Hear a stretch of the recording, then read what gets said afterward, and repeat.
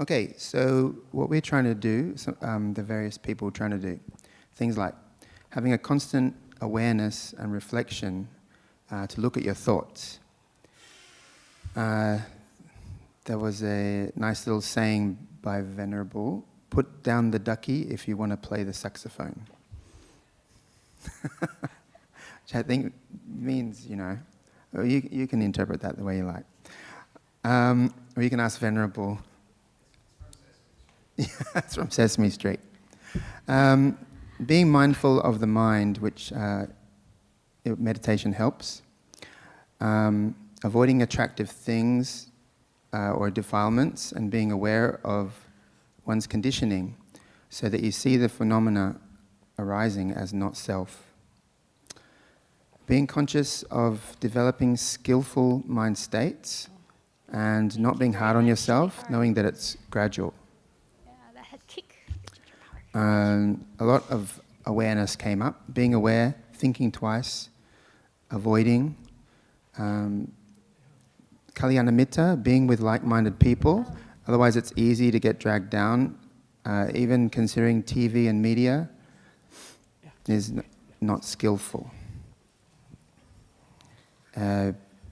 Being aware of body, speech and mind, and using skillful ways to restrain, such as a positive mind. Switching from noting to action, which means you can change your mind once you've reflected. Thinking of the suffering that comes with craving. It was said it's easier to be a monastic, doing work with wholesome qualities, that the mind naturally lets go, and you think about the perfections and the Dhamma and the precepts.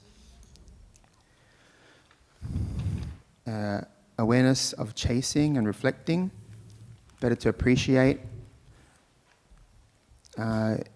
Making a creative choice, using the mind skillfully, actively changing your perception towards happiness. The sense restraint for taste is difficult, so it may be useful to see things as requisites and impermanent. When you're going into a discussion, know your conditioning and use reminders so that you can observe the effect of conversation has on your mind. And the mind naturally looks for pleasure, so you can use right view to reflect on impermanence and suffering and no self. And then you get away from chasing. And the final point was, thanks to a Buddha arising in the world, we have Buddha Dhamma Sangha, and reflecting or exposing yourself more to that means that sense restraint can arise naturally. Thank you.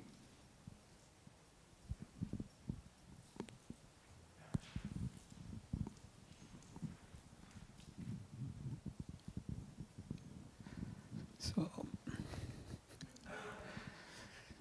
this group came up with about 10. We didn't have that many in the group also, actually. So, achieving self-restraint of the senses, sense restraint. Self-awareness is the best place to start, and then mindfulness of the mind comes in, and then notice where my mind is drawn to. Is it desire, is it ill will or delusion? And then you have time to stop it. Then the next one is mindful awareness of what is happening and why you want to continue with it, sati sampajanya.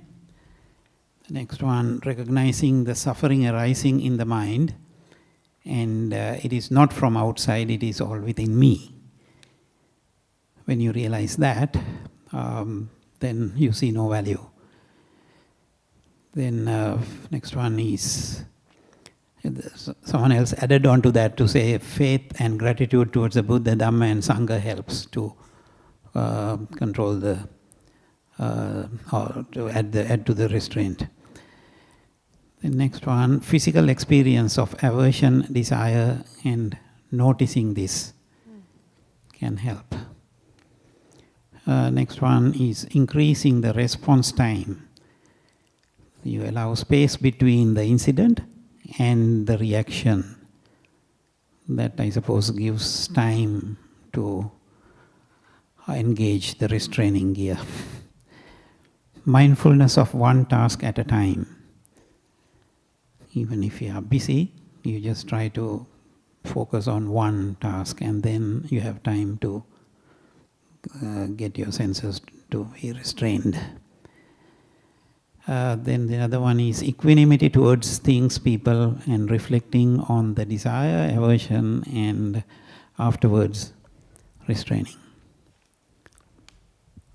That equanimity, I heard, was coming naturally to this person.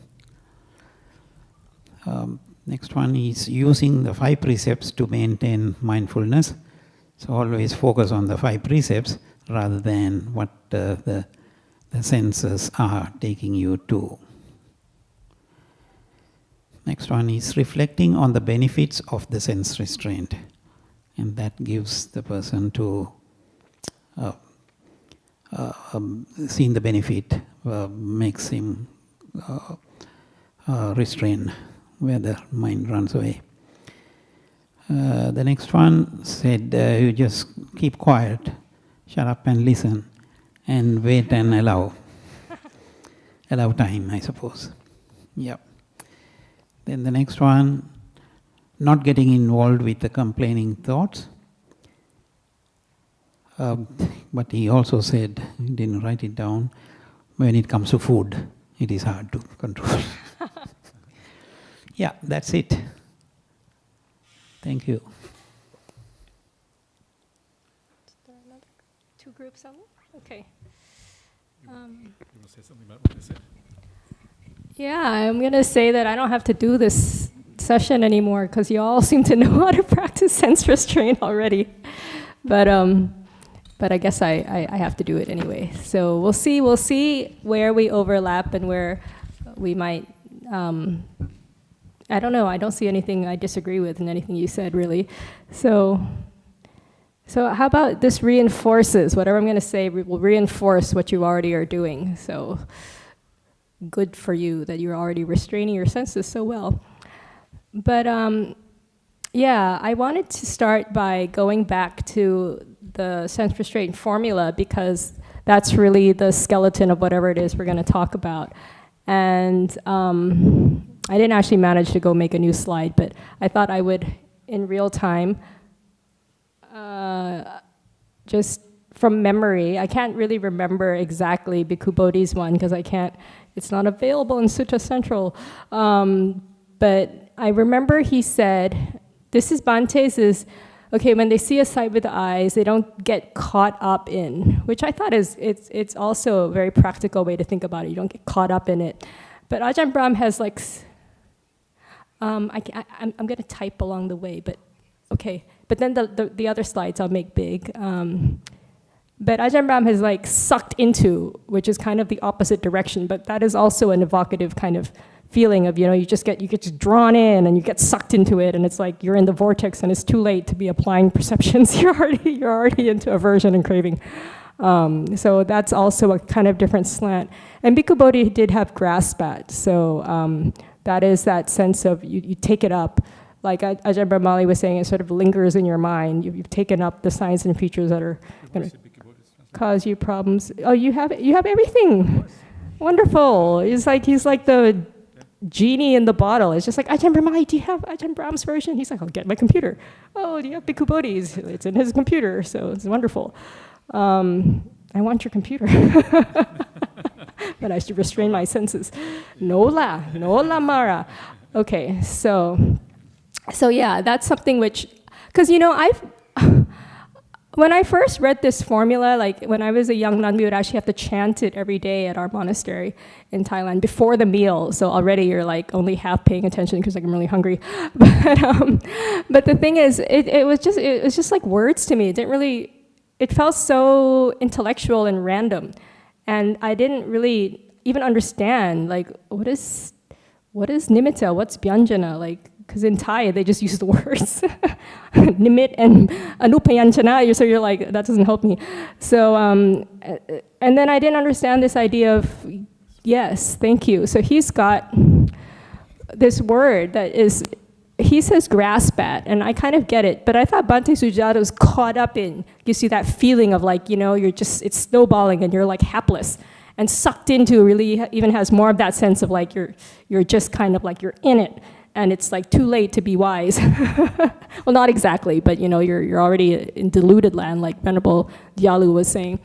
So that's, for me, that's an interesting to look at the differences in. And the thing about features and details we talked about, I agree with Uncle Anandan, who was saying that, I think the first one should really mean like the whole thing, and then the next one should really mean like smaller aspects. Otherwise, it's like just the same, aspects and aspects. So, sorry, Bhante Sujatu, but I'm sure you're used to people disagreeing with you on discover and discourse, what is it called? Huh? Discuss and discover. Yeah, discuss and discover is full of, I'm sure, people picking apart his translations. And he's friends with you still, Ajahn Brahmali, so I'm sure he won't hold it against me. But, okay, and then the other thing that I liked about Ajahn Brahms, what did he, wait, this one says, who's this? This is Bhikkhu Bodhi. Bhikkhu Bodhi. How about your Sutta Central has it? Okay. You want to see Ajahn Brahms? No, I just want to check. What did he say? What does he use for invade him? Oh, it changes. In the older one, he had like assails the mind and remains, but this one is invade. These covetousness, this desire and aversion would invade until, as Bhante says, it becomes overwhelming. But it doesn't. You don't have to wait until it becomes overwhelming. So I feel like overwhelming is a little bit too far down the track. That you can actually interrupt it earlier than that. And then finally, let's look at Ajahn Brahms. No, it's not there. Oh, it's not there. You might find it there. Yeah. Oh, okay. So that's why I wanted to bring it up for you. Oh, thank you. Yeah. So helpful. Okay. Yeah, So this is Ajahn Brahms, which is like, I was telling him, or I was not telling him, but I was just commenting that I like it because it's like a practitioner kind of translation. It's not just like word for word. So he's got, when you see an object, you don't let yourself get sucked in by any of the characteristics or features that generate defilements. So that finally it unveils what the heck these signs and features, for years and years. I'm like, what's the deal with the signs and features? So it's the signs and features that lead you to generate defilements. Those are the signs and features that are problem. So thank you for adding that phrase, Ajahn Brahm. And then the last phrase, which I thought, usually it's like, okay, for this reason they practice restraint. And then you're like, okay, it sounds very blah. But then he says, you practice wisdom with the mind. You guard the mind. So rather than translating as just restraint, he's putting in the idea that Ajahn Brahmali is talking about, that it's not willpower, it's wisdom power. That you practice wisdom with the mind, because that's the one that's going to lead you to real restraint. And not the kind of restraint of that lady in the dentist chair without Novocaine. That's the restraint that is the real sense restraint. So now we go to my slides, which you will see are really not as pretty. But I shout out to Anna Garrica, Megan, and Julie, who helped me with the graphics of the nice slides. And then you'll get to my slides, which are like text dump. So anyway, we start with the nice ones. Sense restraint, the practice. That's my part, my division of labor. And I was going to title this slide, big. I see the pantomime. Make it bigger. Play from current slide. Is that the way? No. Yes. Yeah, that's correct. Perfect. Oh, Do the okay. slideshow, yeah. Okay. So I would like to call it, I was going to say challenges. Your challenges is restraint. But now I'm like, no, let's rebrand it. Opportunities to practice. Because really that's what it is, How are you going to practice sense restraint if you don't have, and it's like you have opportunities all the time because your senses are operating all the time, right? Except when you're asleep, but you're still having dreams that you can be conscious of. And it's funny, I don't know about you, but sometimes you have dreams that they're so real that you wake up in an emotional state. So maybe if you have lots of mindfulness, you can restrain. I don't know if you've had this experience, some of you monastics, but like sometimes in my dreams, I'll be like, no, I can't do that. It's like against one of my rules, you know? So then I'm like, oh, that's good. Even in my dreams, I'm like thinking about Patimokkha rules, so this is good, you know? But then the other part's like, but you know, if you're half asleep, it's not really, it's an anapati, so it doesn't really count as an offense. But anyway, there you go. So you can restrain even in your dreams. So really, you have opportunities 24/7 all day long if you have enough mindfulness to realize that. But yes, everybody talked about the particular opportunities that are sort of like concrete. You know, when you say, oh, you can have mindfulness all day long, you can practice sense restraint all day long, it becomes sort of like meaningless. So let's talk about some concrete opportunities. And it's not like in the formula where it's like, oh, you see a form with the eye. You know, you hear a sound with the ear. And it sounds like all these discrete things that are happening.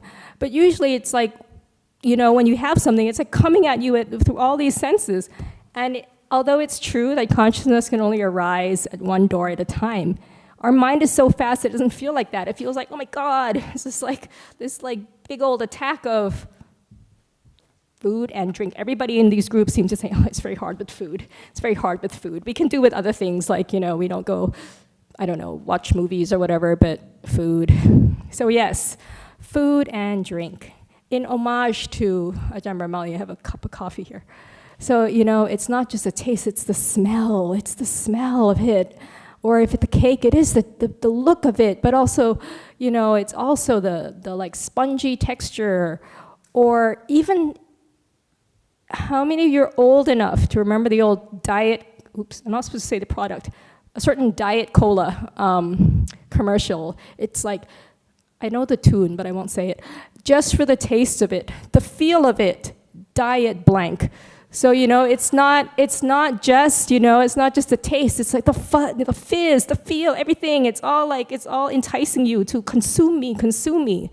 And you think the sound, but remember another, I'm not going to say the brand name again, but that cereal that's like made of rice, it's called something in America and something in Australia, but it goes snap, crackle, and pop. You know, there's like sound in your food as well. So I mean, yeah, who are we to like stand up to that, right? So it is hard, but don't worry, we're gonna get to it. And yeah, there's other essential pleasures too, though. So not just the food. Uncle Ananda, I didn't know you had my problem too, but the songs that get stuck in your head, it's really hard. That's why I remember the cola jingle. And then, you know, smell, your vacation in Bali, this all counts as other essential pleasures that are opportunities. And then the big one, people. Yeah, you think sense restraint is all about not watching Netflix? No, you can not watch Netflix, live in a monastery, but surrounded by people that can cause, what to say? But anyway, so another song. I was thinking to myself, I'm not just doing early Buddhist texts, I'm doing early 80s music. So who remembers this one? I can hum it, right? Okay, so it's like, it goes like this, right? This person that they're in love with, you know, everything they do is magic. Every little thing they do is magic. The way they talk, the way they look, the way they sound, the way they smell, the way they pronounce the word bagel, the way, you know, it's all just like magic. And then like 3 months later, everything, little thing you do ain't magic. So I can't stand the way you look, the way you sound, stop nagging me, you know, like, oh, you know, whatever, like the way you leave your socks on the floor. It's like, so like, it's again, you know, it's like, it's coming through all your senses and it's all adding up to craving or aversion. So you think it's easy, sense restraint? No. Okay, and this one I know well. It's like, what's my latest injury? It's like, which joint is it now? Which body part is it now? Am I ill or am I injured? Am I both? Yeah, so what is it? This usually involves a lot of physical pain. Oh, you slipped on a banana. Even if I'm a cat, I can even break my ear, apparently. So anyway, so nobody likes to be sick, really. I mean, tell me, how many people here like to be sick? Oh, be honest, right? Nobody, right? Okay, so yeah, it's full of physical pain, often leading to mental pain. We have to practice with it because we keep getting sick. And if you haven't gotten sick yet, one day you will, my friend. It's gonna suck big time because you don't know what it's like. No experience. Sorry, I have lots of experience. I'm ahead. Okay, now physical environment. This is exactly, Ajahn Brahmali was so gallant. So he's willing to be like, oh my God, it's summer, kid. Why are you wearing 2 beanies? But I'm like, but it's cold. It's cold. And so we have to put up with our physical environment not being comfortable. And if it's comfortable, then we will crave it more. So even something as simple as sitting in a room, you're gonna be practicing with sense restraint. So that's all my fun pictures. Now we go to text dump. Let me just credit Bhikkhu Bodhi. I mainly use his things, except for small gender-neutral noun tweaks, because he's always talking about bhikkhus. Everybody's talking to bhikkhus. The bhikkhus who practice sense restraint, well, the bhikkhus are freed from their defilements. Who are all these bhikkhus? There are some friggin' bhikkhunis who also practice sense restraint well and friggin' freed of defilement. So we're bringing that back, because that is my role. I'm going to bring it back to the consciousness. So anyway. Okay, now something which is gender neutral. This is, I try to pepper my things. I'm gonna have lots of these diagrams, but I'm gonna try to pepper it with like sutta quotes to like kind of prove that I'm part of this EBT thing and, you know, give me cred. So MN18, dependent on the I informs, I consciousness arises. The meeting of the 3 is contact. With contact as condition, there is feeling. What one feels, that one perceives. And feeling, perception, and consciousness, friend. Gender neutral, friend. These states are conjoined, not disjoined, and it is impossible to separate each of these states from the others in order to describe the difference between them. For what one feels, that one perceives.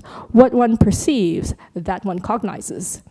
And then finally, everybody knows the dependent origination, you know, formula thing, links. Contact is the principal condition of feeling. So this is, I don't know if this happens to you, but this happens to me when I read the suttas. It's like line after line of words. And you're kind of like, I think I get it. But then it's so much more clear when you put it in a diagram. That's it. This is not geometry, but it kind of captures it, because what is contact but a triangle of 3 things, right? So you have your sense object, pizza. We were just talking about these people from the Italian monastery, and they say when they go on Bintabat, all these Italian Catholics are so happy to give them alms, and what do you think these people are giving them? They're from Italy. They're giving them pizza. So what happens to you, Ayasoma, when you get pizza in your bowl? What does your sense faculty do? It looks at it, and what is it? The consciousness, it arises, you know? It's like, I see the pizza. But I don't know you well enough to know what you're perceiving and feeling, but it's the contact. And it's not like one moment there's contact, one moment there's perception. It's boom, it's all happening at the same time, the whole pentagon. There's actually more, but I'm just focusing on the pentagon. Because who lives in the pentagon now? But anyway. So perception and feeling, they're happening at the same time. They're happening at the same time. It's all happening at once, and you're hapless. You can't do anything. The first time you see something, all your old perceptions about it kick in, and you're going to have a feeling about it. So Ayasoma, do you like pizza or not? You used to, but when you get on Bintabat every day, you're like, please, give me some rice. I know. But anyway, so in the beginning, the old Ayasoma, when she saw pizza, her perception was like, yummy, like he said. And we'll have yucky later. So it's yummy, and so the feeling of it would be pleasant, right? This is where I kind of like sort of Ajahn Brahm's translation of experience. I don't like feeling because it calls to mind the wrong thing. Like in English, you think feelings, nothing but feelings, you know, sadness, happiness, that kind of thing. But feeling in Pali, that's why I put in the Pali, because then you know what we're talking about, is the Vedana. It's either pleasant, unpleasant, or neutral. We're talking about, I like the translation feeling tone, but it's kind of weird. So, and it won't match the sutta quote, so I just put feeling here. So yeah, but I just want you to know it's like a particular use of the word feeling. And it's just going to be pleasant, unpleasant, neutral experience. So if your experience is pleasant when it comes to a food thing, then it is tasty. And if you find that the aromatic mozzarella is like, it's a nice smell, then it'll be fragrant, or, sort of the nice word for smell. So all of it, that's still the same thing. It's the feeling. It's the niceness or unniceness of it applied to whatever context of your senses. So this is where I'm like, after all the hours I spent on Canva to make the next diagram, I hope you can see it. And if you can't see it, please be diligent students and download the slides after this course and go and look at it and again in detail, because so much useful information has been packed into the next diagram. I spent hours on it. Please look at it. But anyway. But what happens next is what I'm trying to do. I'm trying to slow it down, because it happens like this. You see the pizza and you're like, oh, gimme. It's like this. It's not like you're like, I meets the form. Oh, I'm going to grasp, not grasp at signs and features. I don't want to have overwhelming aversion or craving assail me. Oh, it's like that. It's done, And so that's why when people are asking, like, oh, yeah, what? Do we try not to think, or do we try not to have a sense of self arise? And too late. Too late. But what is happening if we slow it down? If we slow it down, you can see where you can interrupt and where you can try to see your sense of self arising, and when you're using willpower and when you're using wisdom power and all this stuff. So bear with me. Do not be shocked at the next slide. It looks complicated, but I will walk you through it. And I don't think it's just making much ado about nothing. People tell me, oh, you like to overcomplicate things. I don't think so. I think it's important sometimes to look at things in detail, because then you know the process. And if you have the map of the process, then you can kind of have a better handle how you can practice with it. But when you just have this like vague formula of sense restraint, sometimes you actually don't know how to do it because you don't know the process. So here we go. Let's look at the process. Okay, it's not going. Okay. Can you see? The font is so small. Julie assured me that they can see it. But I don't know. Okay, if you can't see it, too bad. You'll just have to listen to me. So this one is about reacting. I just decided to call it pleasant feeling rather than pleasant sense object. Because what makes a sense object, like I said, delicious or smell good or look good, is the feeling that comes with it. So really what we're dealing with sense, when we're restraining the senses, it's really also largely a practice of dealing with feeling, learning how to practice with Vedana. And that's something which I felt sometimes it's not pointed out so clearly. So here I am with the pentagon trying to point it out clearly. And then it's also a matter of like dealing with your perceptions, as Ajahn Brahmali was talking about. Because these perceptions, they determine the feeling that's going to arise with the sense object. So it's not in the pizza, it's in your perception and the feelings that arise. That's your problem. Okay, in a way, sometimes a sense object is a problem. So when I was a young nun, I thought all sense restraint meant was like, don't go to the movies, don't go to the red light district, that kind of thing. But that's not really what sense restraint is. Sense restraint is about what's happening in the mind, which is what Uncle Prem, somebody pointed that out. And so that's where the perception part really makes a difference. But we'll talk about that later. Generally, just look at the yellow, look at the black. Yellow means perceptions in line with the Dhamma. So it's bright, and yellow is the color of wisdom. And then black is the perceptions that are not in line with the Dhamma, because those are dark states, not bright states. So that's why that's black. But first, let's go here. So let's say you like pizza. It's yummy. Your experience of it is pleasant. Then what happens is that triggers the wrong slide. That triggers if you are but a mere worldling, you have underlying tendencies to sensual desire. And so I put the Pali term raga anusaya because it's easier to fit in on slides. So later on I'll call them raga anusaya. So learn the term, because nobody knows what to call it. Is it sensual passion? Is it, different translations? So let's call it raga anusaya. Okay, underlying tendency to sensual desire. So you have that seed there. When you have a sense object that triggers a pleasant feeling, it's going to activate that underlying tendency. And how you activate it is to doing that grasping at signs and features that are pleasant, that are going to feed your lust and your desire for the thing. You're going to focus on the melting cheese, the slightly burnt tomato, whatever it is, the Parma ham that is singed but not entirely singed, whatever it is, the signs and features that are going to activate your underlying tendency to desire for pizza. And then that's going to lead to craving. Craving, the explosion of red, craving. We had this debate during the Vasa, Ajahn Brahmali and me. Not really a debate, but an exchange. So what do you think?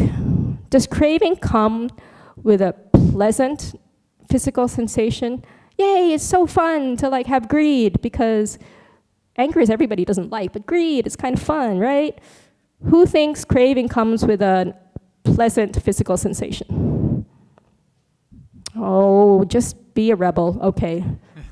You could be the one person who's right. We don't know. Okay, so does everybody else think it's unpleasant, or are you just unsure and you don't want to commit? Okay, only 2 people, nuns, come on, represent. The answer is, according to moi, who is always right, moi thinks that, not thinks, but that's how I experience it. This is how a lot of this is a mixture of what I've read in the suttas and what I actually experienced in my own practice. So if I get more wise and I decide, my slides were wrong in 2025, you'll hear from me later. But as of now, I really feel like when I have craving, it's unpleasant in that moment of craving. It's obey your thirst, It's you have to obey the thirst. I'm thirsty and I need to slake my thirst with something that has the taste of it and the feel of it, I have to do something about it. And that's unpleasant physical sensation triggers another seed of underlying tendency to aversion. And here it's paticca anusaya. You're averse to what actually is something quite subtle, you're not averse to the pizza per se. You're averse to that unpleasant feeling that arises when you're craving something and you can't get it. So you're I can't stand this feeling. I need to have another bite of pizza. I know I'm on this diet.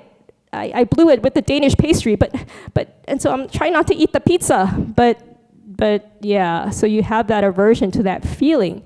And because you have that aversion, and let me just point out, this is also another sense door. What sense door is it when you have an unpleasant physical sensation?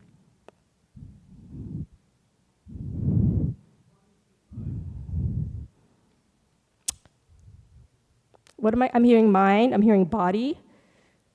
Nobody's saying nose. Okay, I think this is a thing where it's win-win. It is mind and body, because our mind and bodies are connected. But it's easier for us to see the evidence in our body. We can feel in our body a physical sensation when we have any kind of, negative mental state. So for me, I feel like it's easier to work with from the sense door of the body. So feeling the physical sensation, the unpleasant physical sensation in your body, and realizing how quickly you have an aversive reaction to that. It's that's why we do things. We're just propelled by feeling. And so what is happening in slow-mo is actually what you're responding to is the craving, but at a finer level, you're responding to the unpleasant sensation of the craving, which you can't stand. You can't stand it, so you need to escape it somehow.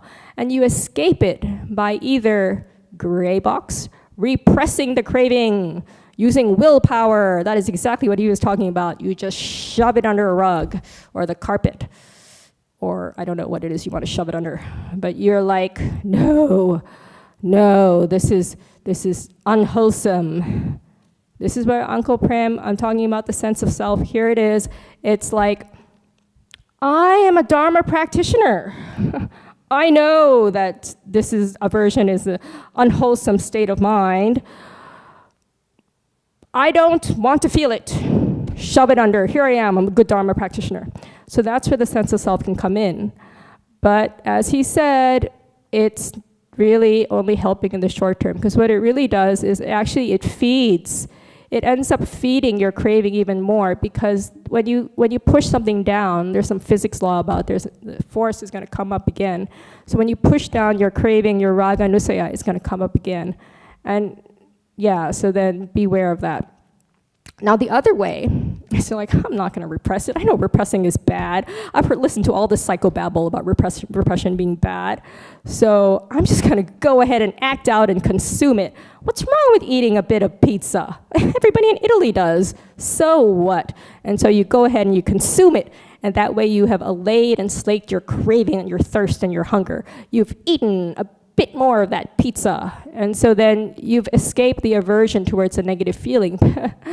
But all you do is you feed your raga nusaya. You're feeding your underlying tendencies, essential desire. So the next time you see pizza, it's going to be even harder to resist. So just know there are bad feedback loops on my diagram. Beware. Okay, but let's say that you are restrained. You have enough mindfulness, situational awareness to be like, no, I shouldn't eat it. Especially if I'm keeping 8 precepts, it's past midday, I shouldn't eat it. Won't eat it, I've restrained. But boy, oh boy, what am I going to spend the guided meditation time thinking about? I'm going to think about the pizza tomorrow.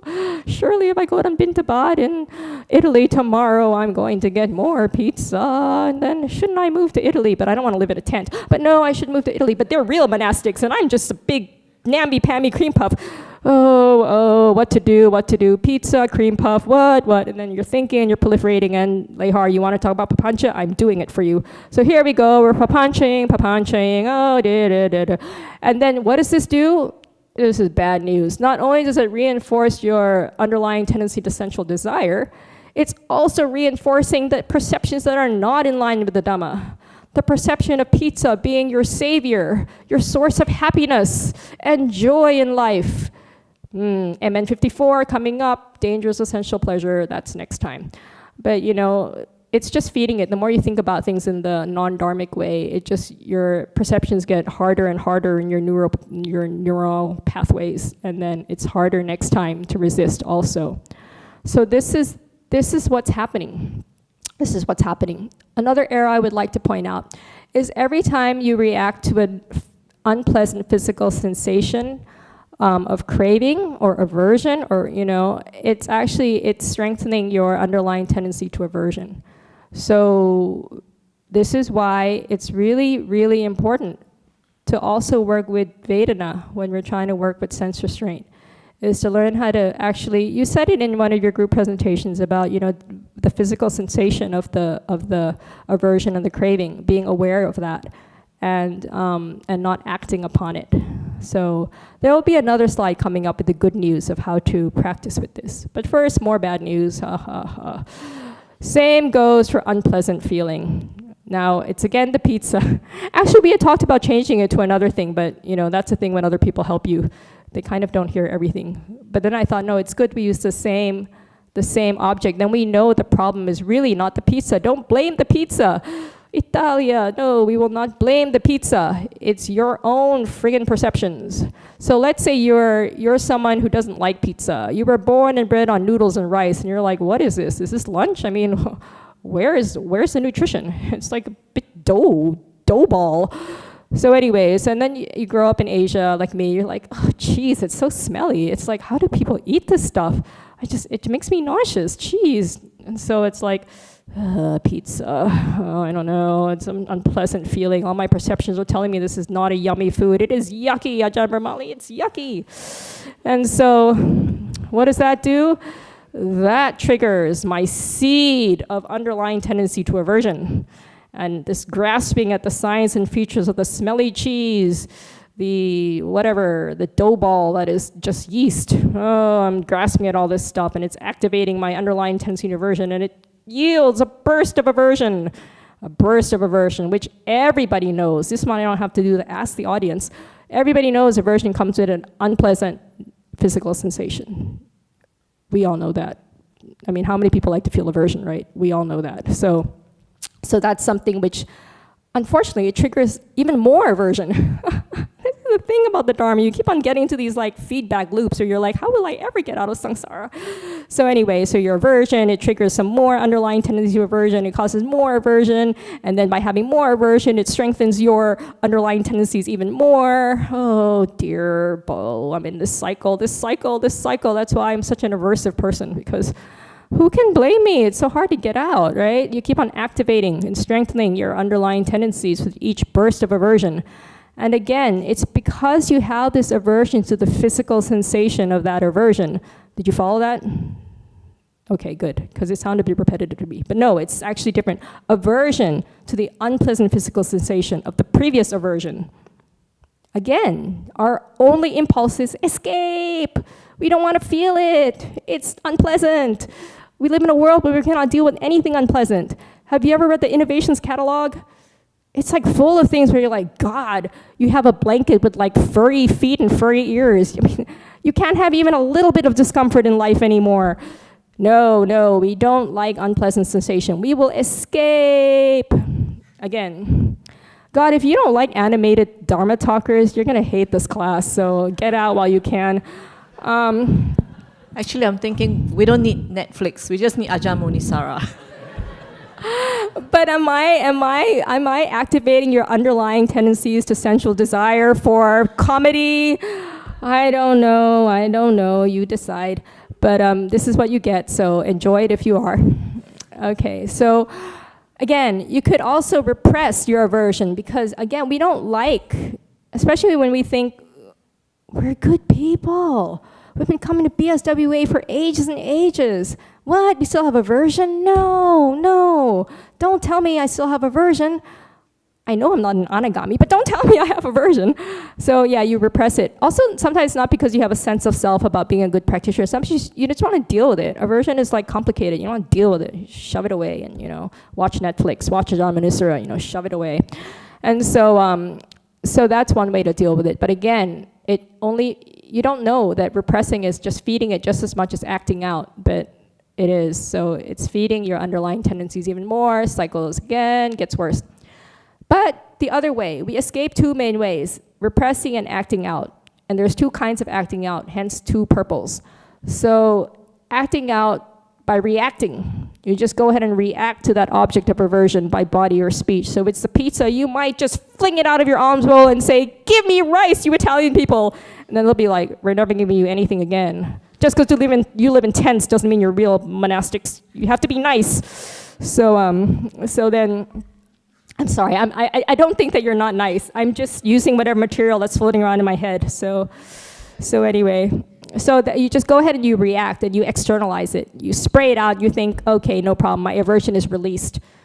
But it's not, because you're only strengthening your underlying seeds even more, and you're going to be even more unpleasant, aversive person. So don't do that.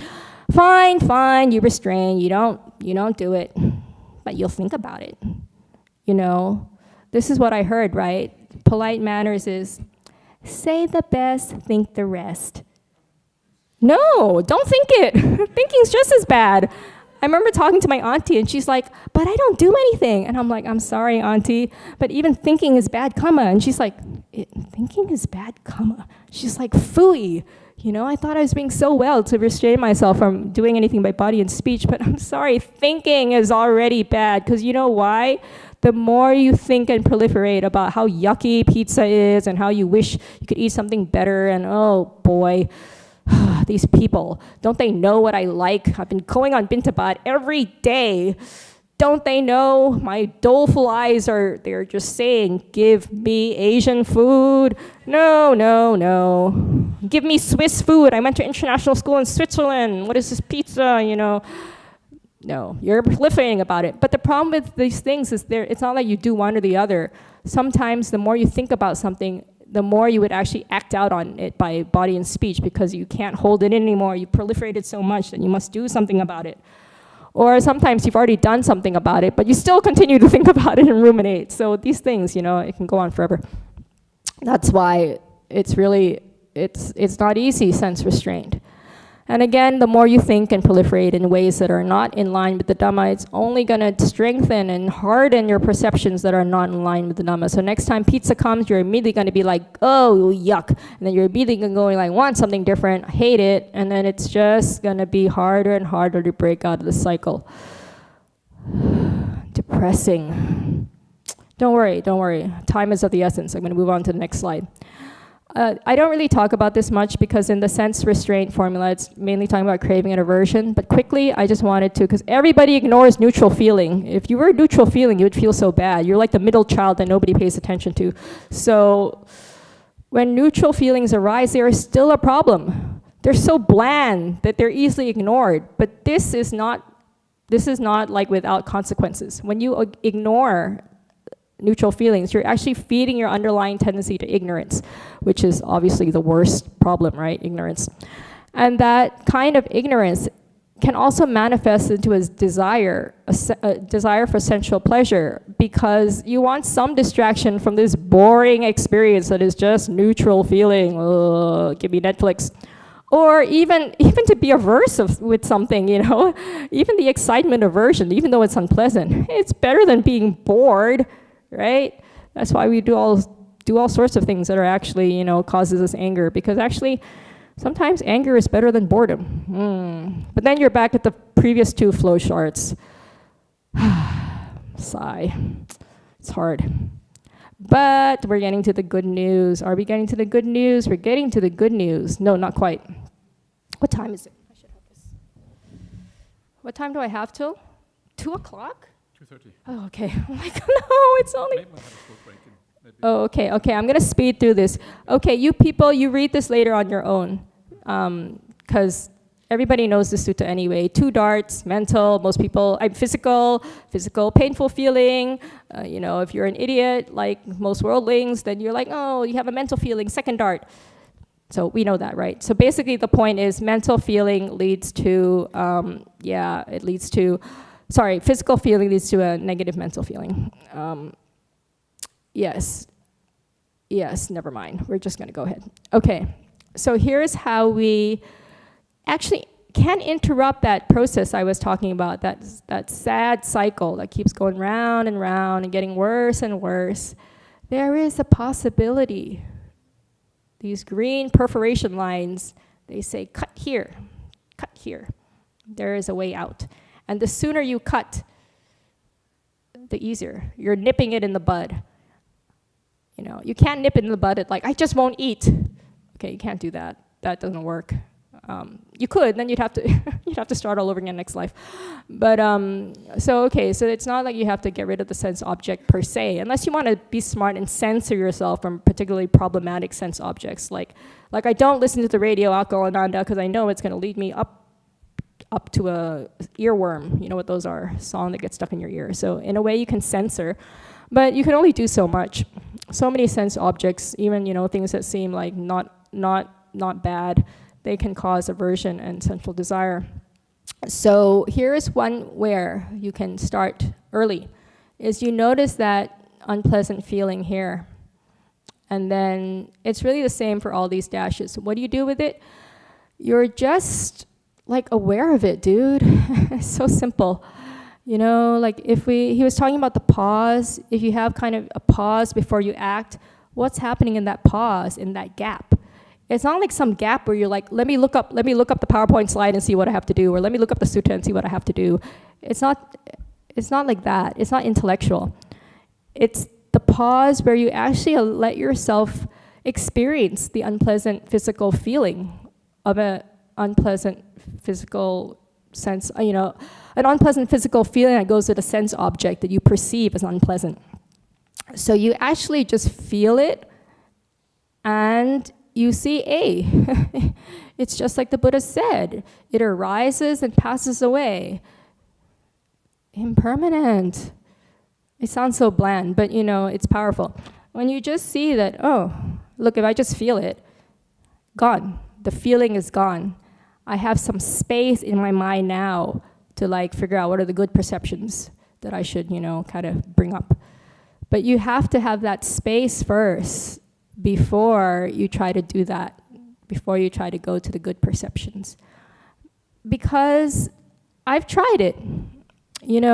Have you ever tried, you've listened to the Dhamma, you've heard about it, you know about the 5 ways of removing distracting thoughts, you know that image, you're going out to a club, you're dressed up nice, and then there's somebody puts a dog carcass around your neck, and you're like, I know, but I still want to have this angry thought. I still want to get pissed, I still want to feel pissed off at this person because they pissed me off. And I know I'm supposed to apply it, and I'm trying. I know sometimes this happened to me where it's like someone you respect, possibly a teacher, but not you, Ajahn Brahmali. I never felt this way about you so much. But like, it's happened to me where a teacher, that you love and respect, and you're so grateful to them for so many things they've done for you, but they hurt your feelings, And then you're like, no, they've done so much good for me. Oh, let's go to the yellow circle. Oh, good qualities of this person, blah, blah, blah. But it doesn't work. You can feel what you're doing is you're repressing it.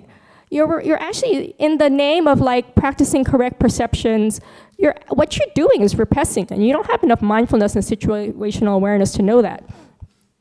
But it will come. My cold is acting up now, sorry.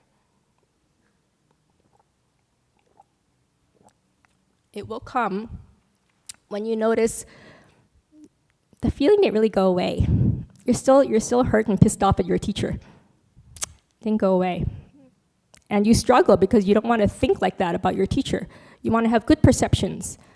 And sometimes, it took me until sorry to say, I remember one time it took me until Vasa time. It was like a couple months until Vasa time. I have more space and I have more kind of like calm in my mind, and I can kind of look at the things that are bothering me that, I'm not so happy about, and I'm so pissed off at my teacher, I don't want to listen to his Dhamma talks kind of feeling. Ooh, I showed that it was a hymn. Anyway, because I wouldn't get mad at a nun, right? They're good. So the thing is, I saw that it didn't work. And what I realized, what I had to let happen first, is I had to acknowledge that I felt hurt. I had to acknowledge that, hey, I actually felt hurt by this. And only when I allowed that to come up and sort of liberate itself, was I able to be like, but he has been so kind to me and so good to me, and heck, I can forgive him that. But when I wasn't letting myself feel it, I'm just like, these feelings are not happening, they're not happening, I'm just going to be a good girl and think good thoughts about him. MN20, MN19, apply, it's just not working.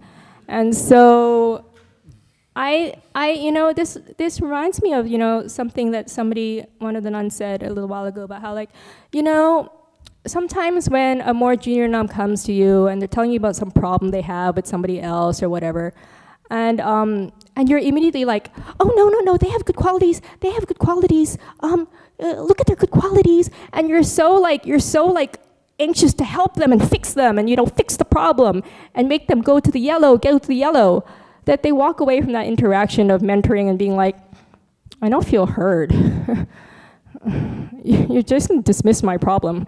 It's like my angst towards this person it doesn't mean anything to you. It's not real. It's like I have to get rid of it in order, and so we can see how that happens when we deal with other people, but it's hard to see how that happens when we deal with ourselves. This whole part about learning how to feel what it feels like, no matter what it is, if it's the stage of, as soon as you see the person, you're like, yuck. It's okay to feel yuck. Or you're at this stage where, okay, it's already activated, you have a burst of aversion already. You can feel the aversion then, and feel it. Let it speak to you, Or even after you're averse to the aversion, you can feel it then. You didn't catch it at that point. You can catch it here still. And just almost like that young nun who came to you, let her express herself. Listen to her. Just let her express herself. Let your inner young nun, you're whoever it is in there, who feels hurt, who feels angry, who feels lust, just listen to them first.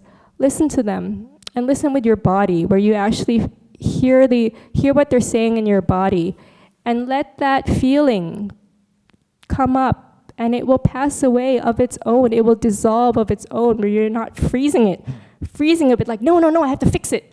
Freezing it with repression, letting it just flow through you. It's the difference between ice and water. When we have these unpleasant feelings come up, we're like, it's ice, it's gonna last forever.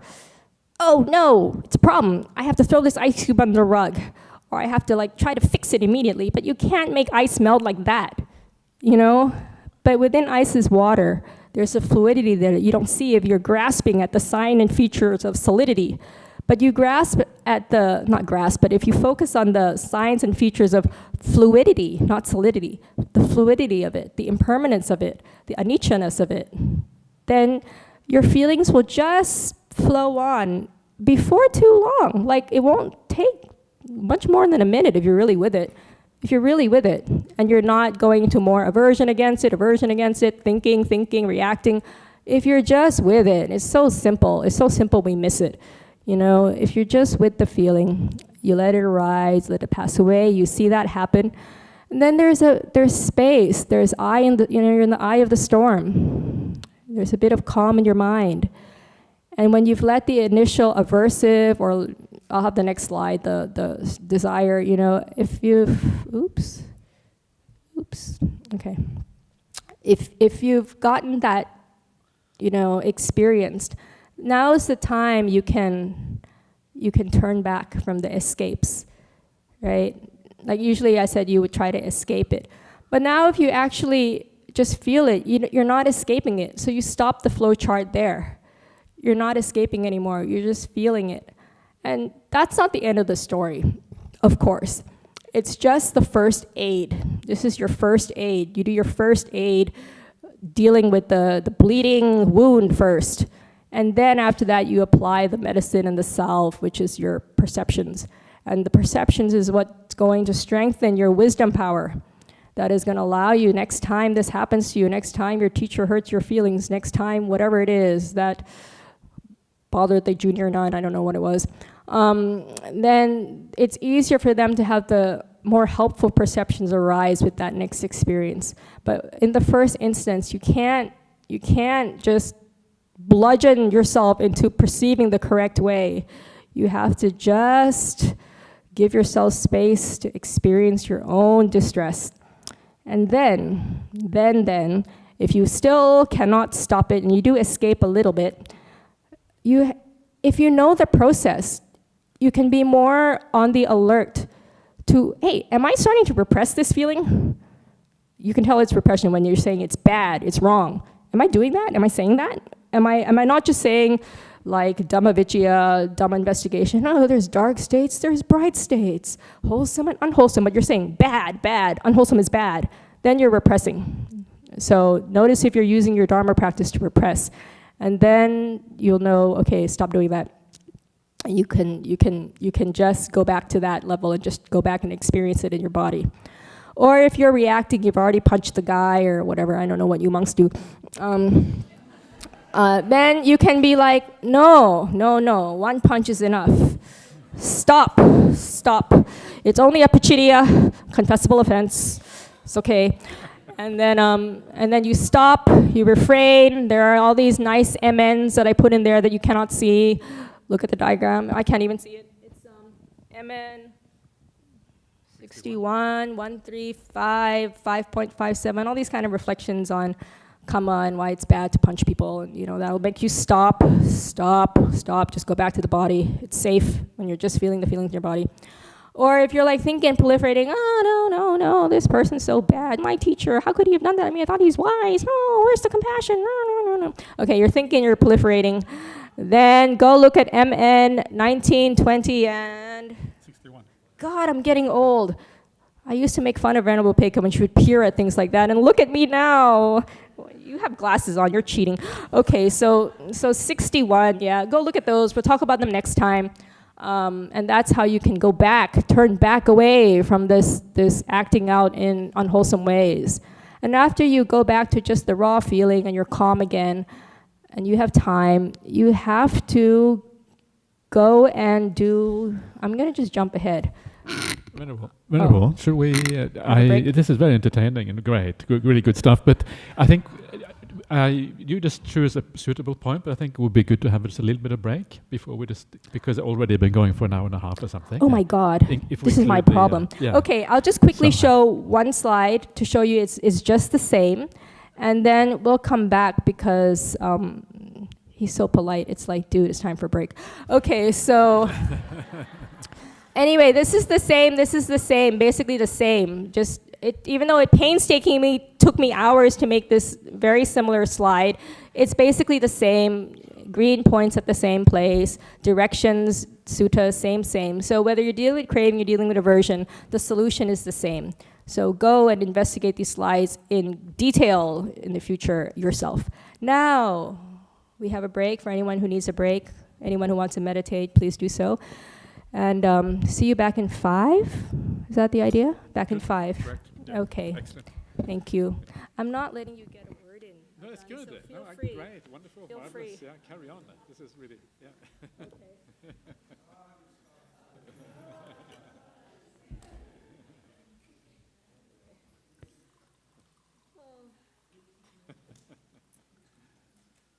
We are of different styles. Yeah, no, this is good fun. Yeah, carry on.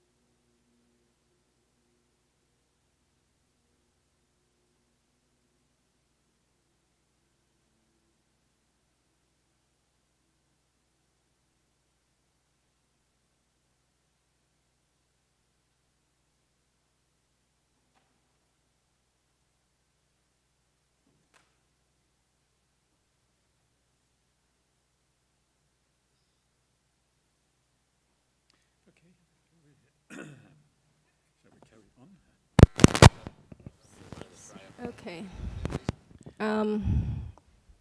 I think I do have time to actually read a bit from the sutta because Do you want to have a bit of questions from the audience? Is that a good idea at this point? Or I don't know. I feel like maybe if we just go through some of the questions that they have might be answered in the next coming slide. So I think I'll just go through and then take questions at the end if that's okay. Unless someone's dying to ask a question now, please feel free. No one's dying. Okay, good. So it's so funny because I'm just going to talk about the sick ward sutta. So don't die yet. Just be sick, because while you're sick, so bhikkhus, while a monastic dwells thus, I'm copying Bhikkhu Analayo, he changes everything from bhikkhu to monastic. Very kind of him. So while a monastic dwells thus, but not any monastic, a monastic who's mindful and clearly comprehending, diligent, ardent, and resolute, the monastic understands thus: there has arisen in me a pleasant, unpleasant, or neutral feeling. Now that is dependent, not independent. Dependent on what? Dependent on this very body. But this body is impermanent, conditioned, dependently arisen. So when the pleasant, unpleasant, or neutral feeling has arisen, in dependence on a body that is impermanent, conditioned, and dependently arisen, how could it be permanent? So logical. It cannot. It cannot. Nola. So therefore, he dwells, they dwell contemplating impermanence in the body and in pleasant feeling. And then they dwell contemplating vanishing, fading away, cessation, relinquishment. And it ends up really well, where their underlying tendency to lust, sensual desire in regard to the body, in regard to pleasant feeling, and their underlying tendency to aversion, underlying tendency to ignorance in regard to the body, and all these feelings is abandoned by them. So that's how you do it. I mean, it sounds so simple, but it leads to such lofty fruits as getting rid of all of your underlying tendencies, which is code word for arahant. So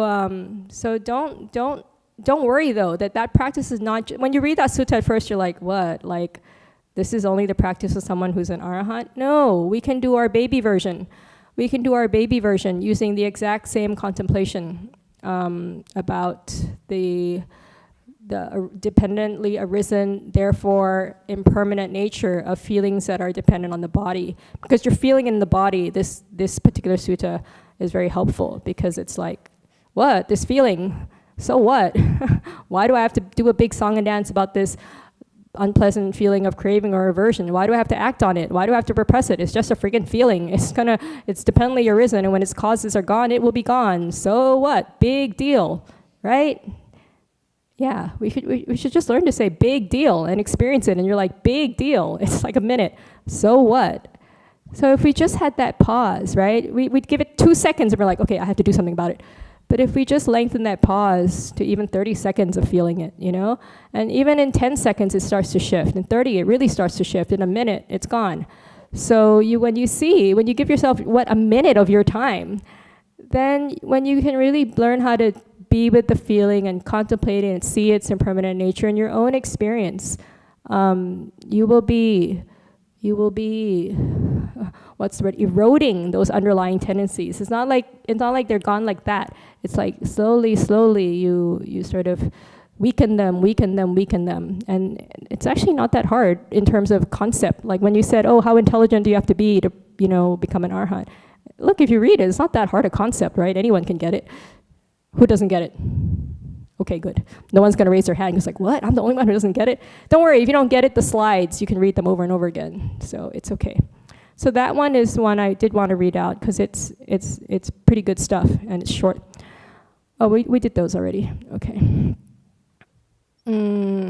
Yeah. Okay. So then the other thing, as usual, when you contemplate things a little bit more, you have more to say about them. So I wanted to just go back a little bit and kind of see where the sense of self arises and all this. Of course, behind everything there's a sense of self until you become an arahant, so that's always there. But in response to the question earlier about, how do you practice without having a sense of self? Well, you can see how, why we have these reactions is from a strong sense of self. I don't want to feel this unpleasant feeling. Me, I don't want to have unpleasant feelings. And when we see the more non-self nature of the feeling is an impermanent or dependently arisen thing, we can kind of step back from it being my feeling, and therefore it makes a big deal to me. Because, it's funny, right? Even if your best friend is like, they have a headache, you're like, oh, poor thing. But you don't care as much as if you have a headache, right? It's not your feeling. Sorry to say. Yeah, once, I don't know, she was kind of half joking, I hope. I was a kid and I fell off the bed onto the floor, and I'm like, ow, I fell off the bed, Mom. My mom was like elsewhere in the room, in the middle of doing something, and she's like, it's not my arm. And she went back to doing what she was doing. I was like, Mom! I mean, clearly she knew that I hadn't broken it or it wasn't like a serious thing. But it illustrated to me the point that it's a sense of self that takes our feelings so seriously, because they're my feelings. It's my arm pain. It's me. If it were my mom, maybe I'd be like, yeah, well, it's your arm, Mom. So that's the thing. When we start to distance ourselves and make our feelings not so important, even though we have a sense of self, if we can just apply that idea of it's just a feeling, it's not a personal thing, sometimes that helps. It helps it be less intense, and we feel less compelled to act upon it. And so that's something which, kind of non-self reflections can be helpful there. And also when we're trying to act upon it, whether it's because we hate the thing or we love the thing, it's because there's a strong sense of me who's going to be fulfilled by either getting what we want or getting rid of what we don't want. I will be fulfilled by either of these happening. And so there's a real sense of I behind all of this. I remember Ajahn Brahmali said in one class he gave us was that, papancha is basically stuff around me, I, all of that. We're always thinking around the I. Or as Bhante Ji said, he wasn't talking about papancha, he was talking about sankhara. He was like, it's like an onion. I mean, the Buddha's analogy is a banana tree, right? But the trunk of a banana tree. But Bhante Ji is so clever. He was like, an onion. Because an onion is like a banana tree. If you go inside, there's nothing. It's just an empty core. But it goes on and on with an I in the middle. That's so clever. So clever. It wasn't my line, but I love it. So anyway, it's always about the I, the me. We have so much to think about when it's me, because, me. Oh, endless fascination with me we have. So that's why. Okay, so you can tell I'm getting sicker because my comedic energy is beginning to run low. So maybe you'll be able to get through more slides now, which is good. So what I was saying before the break was, I'm not here to say that sense restraint is all about practicing with failing Vedana and just feel the feeling and that's it, and then you're done. If only it were that simple, right? All we would do is feel our feelings and it would be la la land nibbana. No, it's not that easy. As much as I hate to sound like your 5th grade teacher, you gotta do your homework. Actually, my 5th grade teacher never said that to me because I always did my homework. I was so nerdy. I'd get home and immediately I would do my homework. Anyway, but why? Why did I want to do my homework?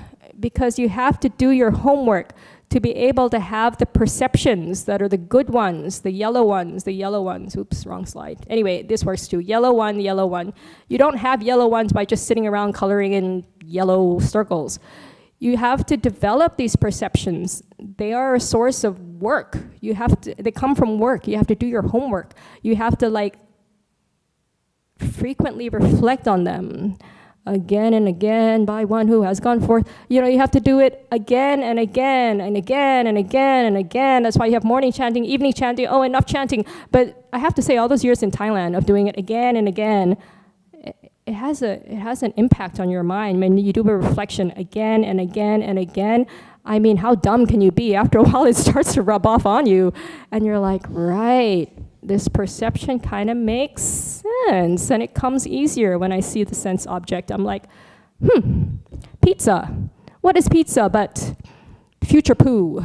P for pizza, P for poo. Let's go straight from P to poo.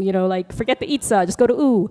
And then it's like, pizza, big deal. Whether I like it, I don't like it, it ends up in the same place. And so you do those reflections again and again and again until it comes more like, really, have you ever eaten all bran?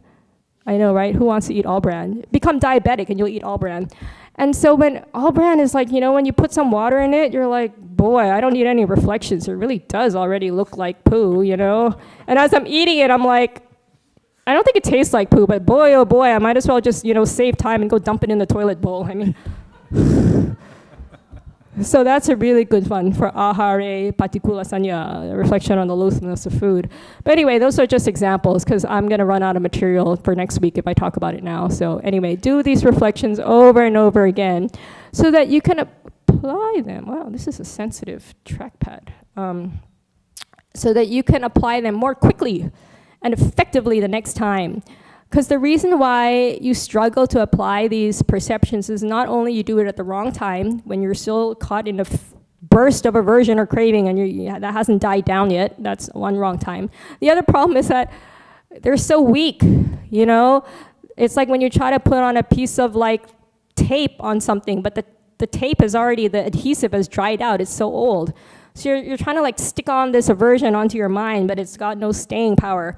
And that's because your perception hasn't been developed. When you develop your perception, you're making the adhesive more sticky. So it will stick in your mind. So when you apply it, it actually stays, So that's why, it comes from work. It comes from, actually contemplating and reflecting. But it's not like dreary work. This is the work that uplifts your mind. Because when you apply the right perceptions, your mind becomes wholesome and you derive joy from it, like he was saying. So it's actually a joyful kind of homework. Enjoy doing your homework, like me.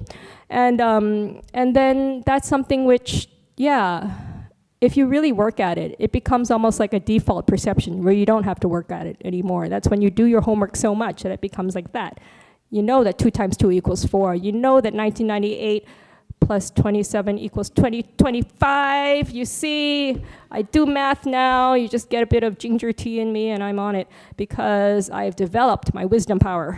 And that's how you do it, This wisdom power thing it's not mana from heaven, it's through blood, sweat, and tears of your own practice. So you do that. And there's all kinds of homework you can do. So these are some things that you can think about as possible reflections. Impermanence is good because it applies to everything. Metta, to everyone, except the people you really find annoying. And then, keep working on those people. But and then you work on it by ways to remove resentment. The danger of unwholesome thoughts, MN20 coming up, he talked about it. And then the danger of sensual pleasures. Nobody likes that one. Nobody likes to tell you that sensual pleasures are dangerous because they seem so fun. But we'll talk about it because I hate to break it to you, it's real. Okay, and then the non-beautiful nature of the body. I know that's not a big thing we want to do in the West, apparently, but why not? Western bodies are also non-beautiful. And we just talked about the food thing. And then finally, it sounds so basic, law of karma, that you're like, oh, come on, I've graduated from that. But no, that stuff's powerful, and don't you forget it. So reflecting on the law of karma can really stop the process that I had the previous diagram on earlier. So those are perceptions that ETC, what else I will manage to throw on some slides by next week. Come back next week to see the ETC, yeah, okay. I wanted to be a rap artist too. Okay, now we do I've given you the normal person. The normal person. The little worldling is here. Oops, the little worldling has gone. Okay, the little worldling, they're here. It's such a complicated looking diagram, the little worldling. But the simplification is not just about living in a tent. It's about simplifying your mind as you develop on the path. Actually, what is the profound simplification that happens is your mind becomes more simple. The diagrams become easier to make. There's less on them. So the thing about sense restraint, like any practice, it's something that is to be developed until it's paripurya, like Akko Ananda was saying, until it's really reached its full development. And that's where we want to bring in MN152, as he had quoted it. MN152 is the development of the faculties. And you have to know that faculties here doesn't mean like teachers, it means like sense faculties. So sense faculties is what we have to develop. And the way you do it, Oh, look, it's actually talking to you, Uncle Ananda. Now, Ananda, how is there the supreme development of the faculties in the Noble One's disciples? Here, Ananda, when a bhikkhu sees a form with the eye, see, you're like, ooh, ooh, ooh. Spoiler alert, this is something related to sense restraint. This whole stock phrase, sees a form with the eye. There arises in what is agreeable, green, what is disagreeable, red. There arises what is both agreeable and disagreeable. It's undecided. So, and he understands. You're like, what's so hard about understanding? You're just repeating the previous paragraph, but okay. He understands thus. There has arisen in me what is agreeable. There has arisen in me what is disagreeable. There has arisen what is both agreeable and disagreeable. Then what does he do? Not he. Look, she. She reflects. But that is conditioned, gross, dependently arisen. Whereas this is peaceful. This is sublime. That is venerable upekkha, equanimity. Etang santang, etang panitang, yadidang upekkha. So just think about venerable upekkha, and boy, your sense faculties, they will be developed. Or something like that. Because if you do that, if you just have this thought bubble, which was also painstakingly made, and painstakingly found a graphic that didn't have to attribute, was free, non-licensed, all this stuff, just to be above board. The agreeable that arose, the disagreeable that arose, and both the agreeable and disagreeable that arose cease in him, and equanimity is established. So that's another way you can do it. But you have to be pretty developed for this to work. You try going, God, this person really pissed me off, but etang santang, etang panitang, equanimity is so much nicer than all these, kind of conditioned, gross, dependently arisen, agreeable and disagreeable states of mind. It doesn't work, right? So just know where you are on the process of development, but have the good news that even a little bit, when you start to see that, oh gosh, how do I go to where I can just go back to a previous slide easily? I don't know. Just the arrows. But I have to run back through all of them?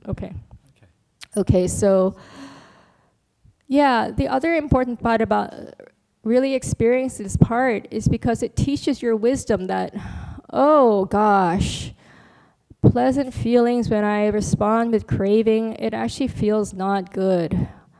Why am I doing this to myself? Why am I watching the whole series in one go on Netflix?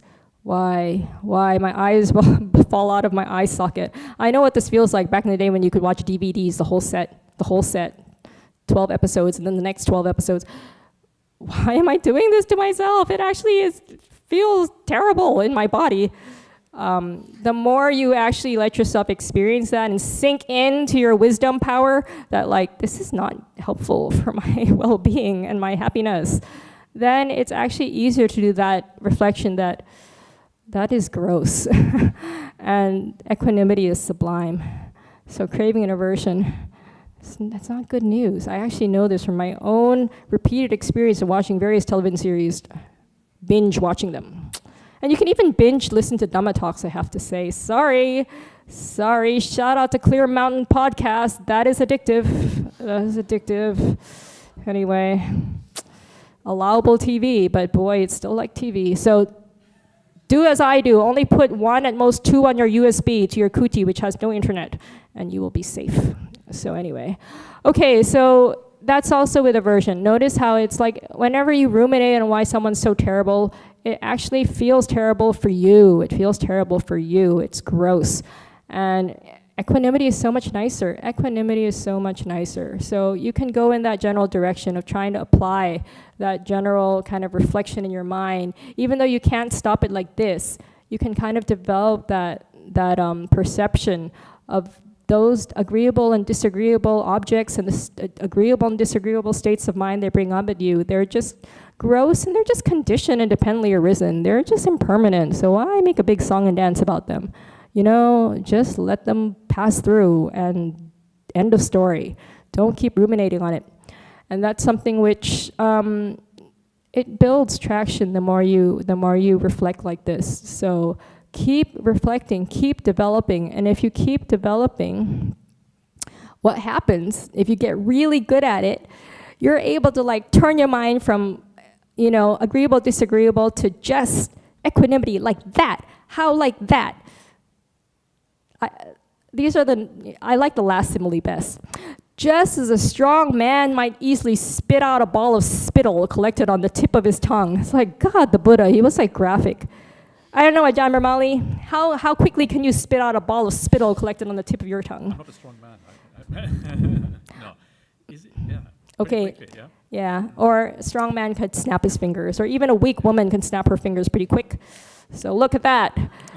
If you can change your mind from something, not equanimous to something equanimous really quick if you've worked at it, if you developed it.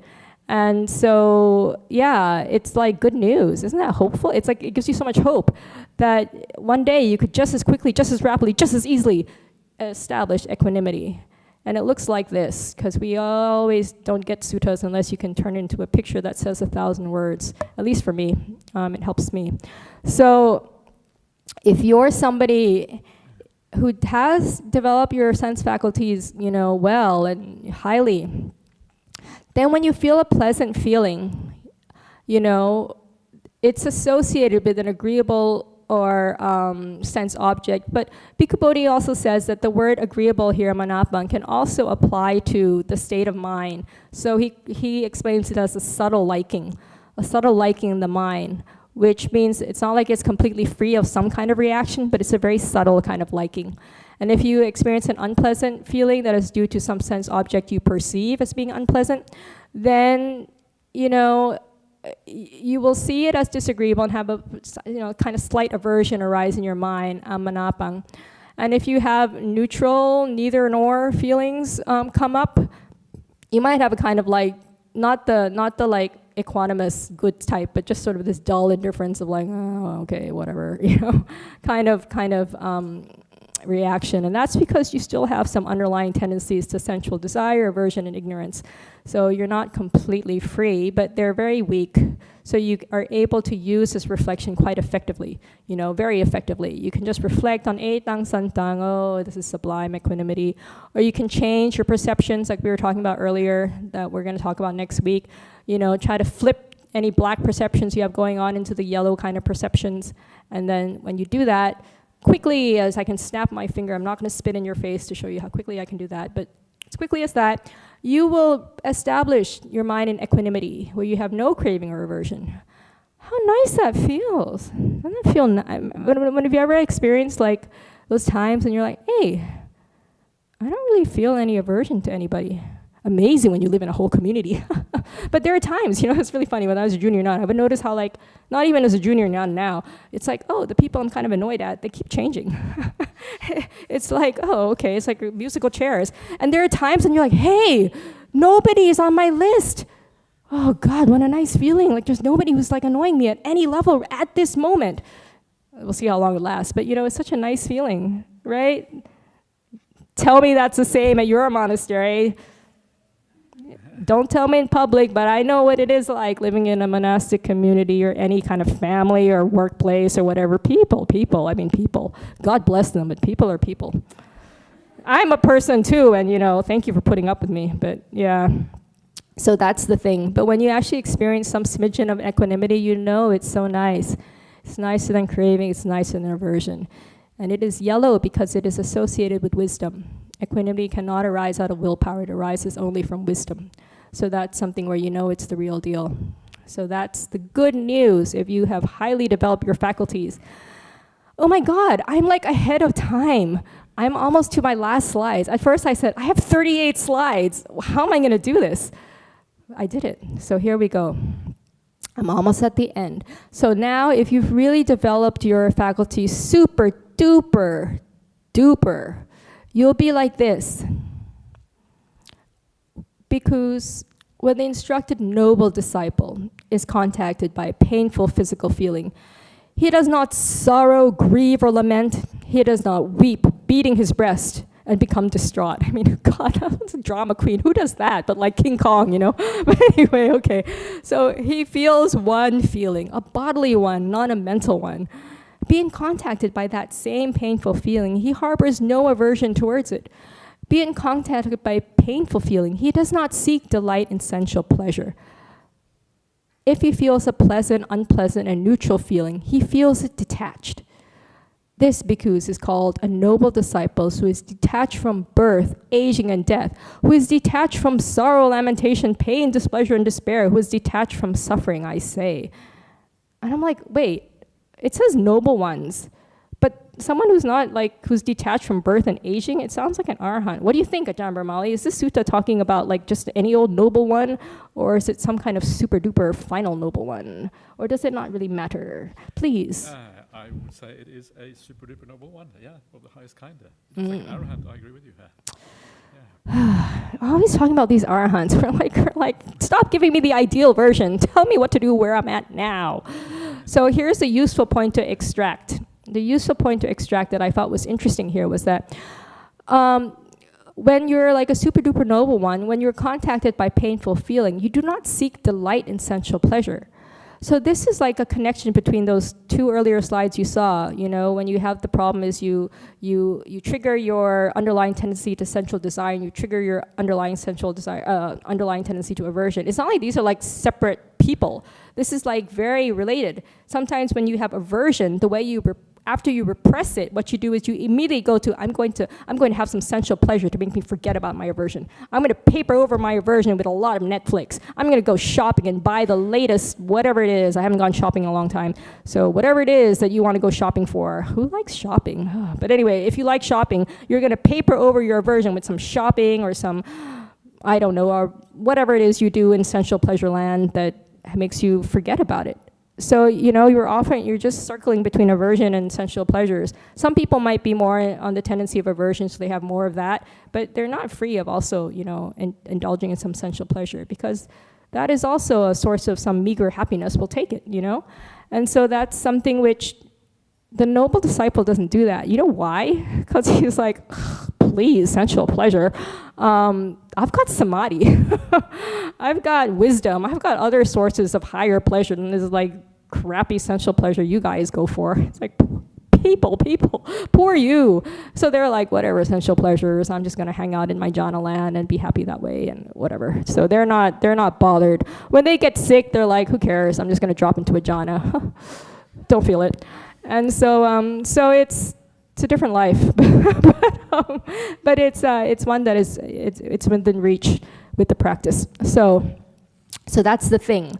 That's the thing. This is very different from the early part of the sutta, where it's the exact opposite. When you're a worldling, you do sorrow, grieve, lament, you weep, beating your breast, you do all this stuff, and you have aversion when you have painful feeling, and when you have painful feeling, you also escape into sensual pleasure, and then you have all the problems that comes with sensual pleasure.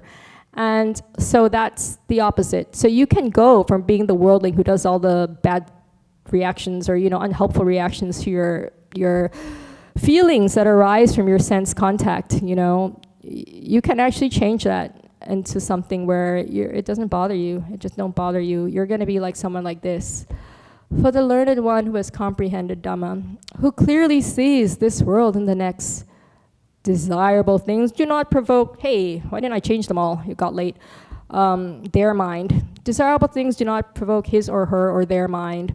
Towards the undesired, she, he, they have no aversion. Isn't that nice? Oh, dangle a gold necklace in front of me, I will not be provoked. You know, put a big old 1 liter thermos of coffee in front of me, I'm not going to be provoked. Have a bunch of, this is my one, a bunch of French fries, you know, salt and peppered and just crisp on the outside, soft on the inside. Don't provoke me. Nope. And the soggy fries that have been in the fridge for a week. No aversion. Or the formerly crisp fries when the lay people arrived, and by the time you get it, it's like cold and soggy. No aversion. That is the life of being an alms mendicant, is no hot fries. So for this well-established in sense faculty development, noble one, attraction and repulsion no more exist. oh my God, even saying it, you can kind of feel how nice that is. You're just like, you're cool with everything, all's well. So that's what it's like. But even not just a super duper arahant. You were saying to me over email that you know, if you're an anagami, even though you still have underlying tendency, you didn't say this part, I cobbled this together myself. You still have an underlying tendency to avijja, ignorance in there. But you have no more raga nusaya, you have no more patiga nusaya, you have no more, you know, underlying tendencies for sensual pleasure or aversion. You still have such command over your perceptions that you can flip between the yellow and the black. The yellow and the black really at will. You can be like, oops, I should really be thinking in the yellow circle so that I can you know, whatever it is. You can see a beautiful girl as an ugly, well not ugly, but a non-beautiful one, you know. You can see your pizza as, like I said, you know, toilet contents. You can just be like, oh yeah, okay, we'll do it that way. But if I want to enjoy my pizza, then fine. I'm not going to go to the poo way. I'm just going to be like, nice pizza. So what? I can feel Vedana without having it really provoke my mind. So you could do it that way. Even if you're an anagami, and even if you're just a lowly sotapanna, or sorry, I do not mean to disrespect sotapannas, but I'm just saying, if you're earlier kind of a noble person, then you still have such good seeing of the Dhamma, such good wisdom, that you can more easily change your perceptions around. Like the poor worldling who's like, oh yes, let me go back and reread MN 54, essential pleasures, charcoal brazier, all this stuff. Oh, why don't you want to throw a shrimp on the charcoal brazier? Throw a shrimp on the Barbie and just have a nice barbecue. No. So you're struggling to, you know, correct your perceptions. But if you've already done it so much and you're like a sotapanna and above, you're just like, oh yeah, plug in the right one, and you know, it's all hunky-dory. But if you're really super duper, do you remember Fiddler on the Roof? Okay, so you can say that to the tune of If I Were a Rich Man. So if I were an arahant, this would be what it would be like. I would have sense objects coming at me in any of my sense doors, but oh, I see everything in line with the Dhamma. My perceptions are just filled with yellow wisdom all the time. And when I have pleasant feeling, who cares? I have no underlying tendency to sensual desire that could be triggered anyway. So I can feel them as pleasant. Big whoop, you know? If I have an unpleasant, I can feel them as unpleasant. But because I have no underlying tendency to aversion, it will not trigger any reaction, you know? I'll just be like, okay, unpleasant. And if I have a neutral, I'm not gonna have like this duh kind of indifference to it. I'm gonna know it's neutral, but I have no ignorance around it, you know? But all roads lead to Rome. All roads lead to equanimity. No matter what I experience, pleasant, unpleasant, neutral, I'm equanimous, happy as a clam. I'm just there all day long. I'm Ajahn Chah sitting in my wicker chair, listening to everybody's problems. People, you know, married couples come, they cry in front of me. Old people come, young people come, whatever. I just sit there, chill as anything, because nothing provokes anything. My legs can be going numb. I could be really hot. I could be really hungry. I mean, I'm listening to people all day long. I'm getting like chair sores from sitting here for so long, but equanimous, happy as a clam, full of metta, full of compassion, full of mudita for Venerable Munissara who's finished all her slides. I would be like that if I were a rich arahant. So I know, it's been 16 years. I still have these songs that come up from time to time. I don't know how you do it at Ajahn Brahmali. Unless you have songs come up in your mind, you're not telling me about it. But anyway, so I'm done. So if you want to do some of your slides, you can actually. I thought when you were like, oh, I'll do some slides if we have time, like you're not going to have time. No, yeah. You're not going to have time, man. I'm going to use it all up. Yeah. Or shall we take questions? There's only let's take questions. 15, 17 minutes. So yes, if anybody has questions for anybody, please.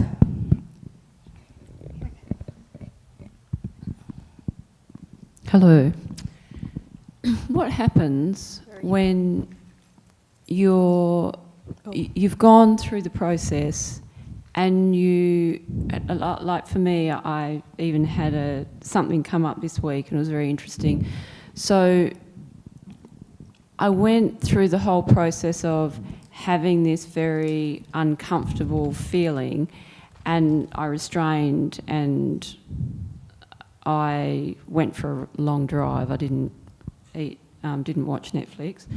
So then when I sort of got back, I meditated, and I feel the same form, and the stillness is there and the ability to meditate on the root cause is there. So I feel the perception, the form, and I can even feel a structure in my body that I break down, and I can feel the grasping, and it's like, what do I do with this structure in my body? It almost feels like a permanent structure that will go when I die. I don't know, it feels like it's part of me. So my question is, you talked about if I were an arahant, and then I think, well, I can go into another meditative state and I can escape that, but then when I go to my family home and see my 97-year-old mother, the same triggers come up again, and I don't want to have the bad thoughts, so then I run away and I like meditate and I calm down. But how do I move those structures without eye contact or without ear contact? Because I can't ignore the fact that I have to go there and give service and do nice things, and she can't help it. She's ignorant to what that might do to me. She didn't mean it, it's just how it is. So I feel the form in my body and it's not moving, so I'm just wanting advice. Do you want to? Shall I? Please, yeah. Sorry, first I just want to clarify, I couldn't quite hear. Did you say structure? Yeah, when I meditate and become very still, I go, okay, where is it in my body? And I say, okay, it's in my mind. And then I feel a form in my body of energy that comes to my heart. So I feel that same structure most times, and I go very still, and I might start with Anapana or whatever I do, but it's very, very strong and very real, and that's when I really sit with it and stay there. And there might be like visions or things that come up, but I ignore that and I just feel the physical body of energy. So I'm wanting to know, is there some way to dissolve that? Is it okay to like go, okay, let's just like not think about that and escape it? But it feels like every time I go back to a situation, and it might be a mirrored situation in a workplace or something, that will trigger that. So for me, it's like what I've learnt from this today is, yes, I can see that process clearly, but what do we do? What do we do to move that? Yeah, well, if I'm hearing you correctly, you are feeling the feeling in your body. That's what you're saying. I'm just curious to know that when you sit with it, do you see that it shifts even subtly?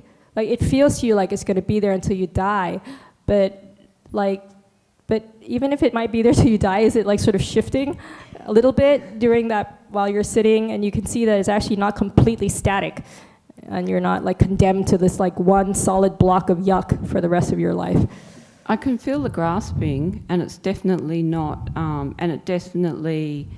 it's almost like there's movement in it. To feel that grasping itself is movement, because it can be pulling and it can be a squashing feeling, and it might shift to a different place in my heart, but it just seems to be this structure that's back of my head, goes down my spinal column and in my heart, and I'm going, wow, it's just still there.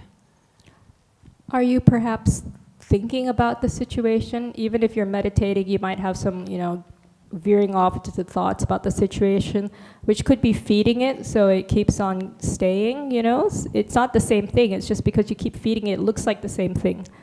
So maybe pay attention to that, see if you're kind of having a bit of storyline around it, and best you can, try to see what happens if I drop the story.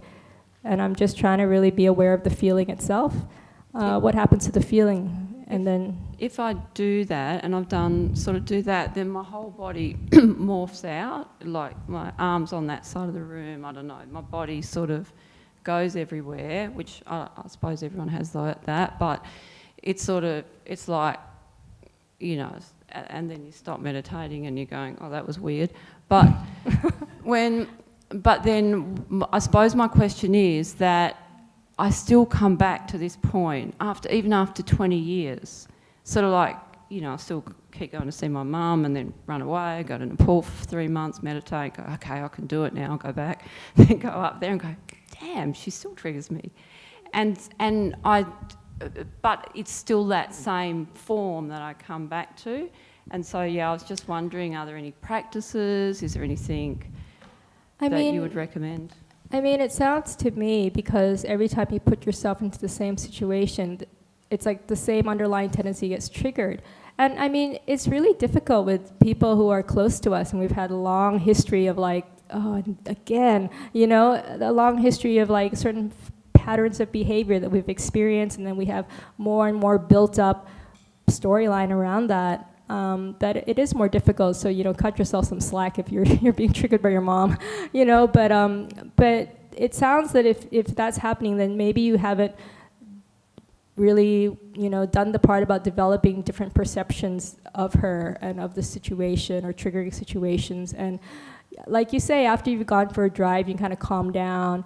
You know, that's a time when you can reflect. And, you know, sometimes it's not that you have to, like, sit down and be like, okay, now I'm going to reflect on, like, the good qualities of my mom.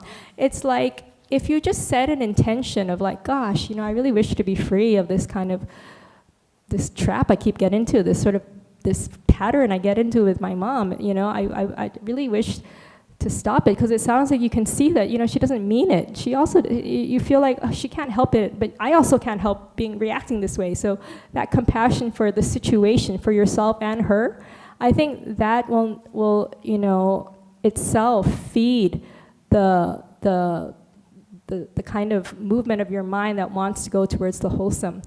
And that itself, I think, will try to, it will naturally look for something good that you can focus on, or some understanding. I had a friend, she's had difficulty with her mom, like, from ages and ages ago. She's like, she's done therapy, I've done therapy, we've all been trying to work on it. And it was only when it finally reached this aha moment, when she saw that, like, oh, you know, her stepdad died and her mother wasn't there by his side, and her mother just kept on, like, beating herself up about it. That, like, I should have been there, why wasn't I there?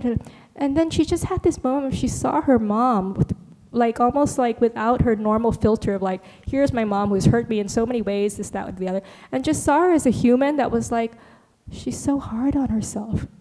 She can't even love herself. How did I expect her to love me or give me the love I kind of needed?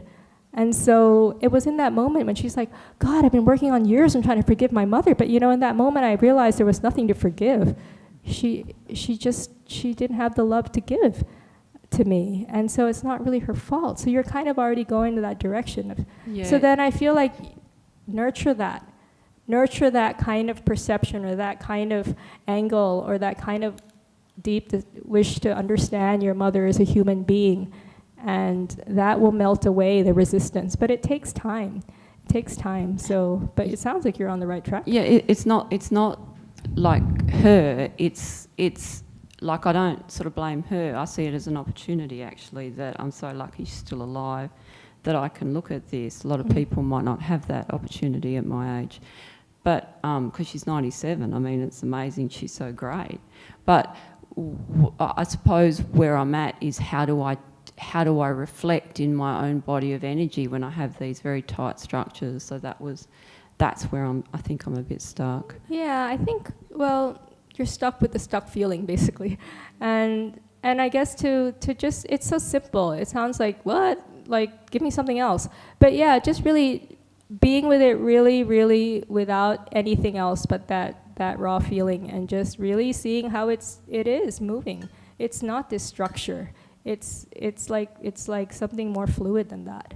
And to see that it's already liberating itself when you let it do so. So you don't have to do anything, you just have to watch it liberate itself. And all you have to do is not add more logs to the flame. And so that's the nature, the flame will die out. So yeah, I think it just takes a bit what he said about patience.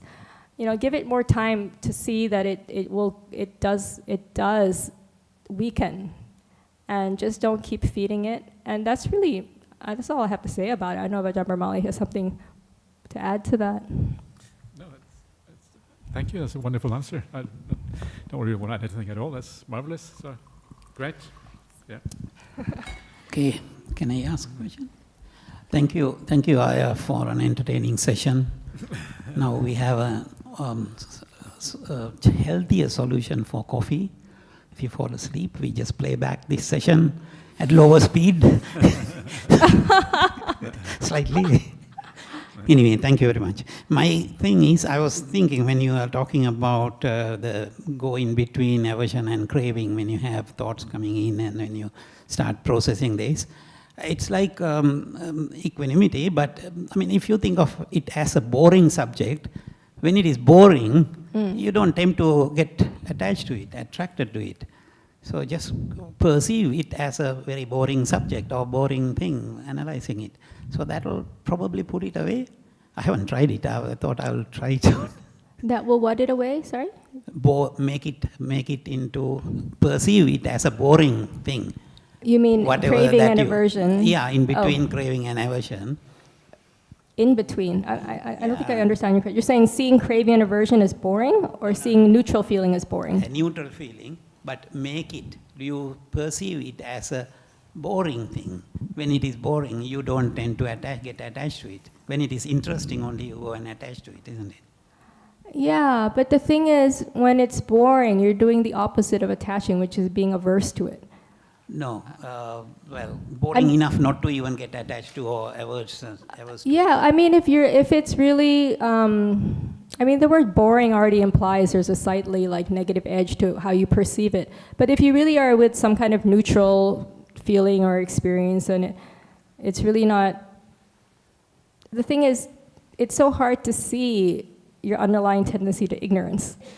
So you might think that you're chill with it and it's all fine because I'm not reacting with craving or aversion.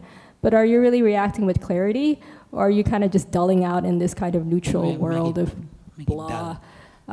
So that's the trap with the neutral feeling. It's not the craving and the aversion, it's the ignorance. And so I guess if you really have clarity around that, yes, this is a neutral feeling. I see it clearly and I know it's impermanent, so I'm equanimous. Then I think that's different. Being equanimous is different from being just dully indifferent. Yeah. Okay, thank you. Thank you, Maya. Thank you very much. Thank you again for this session. Somebody?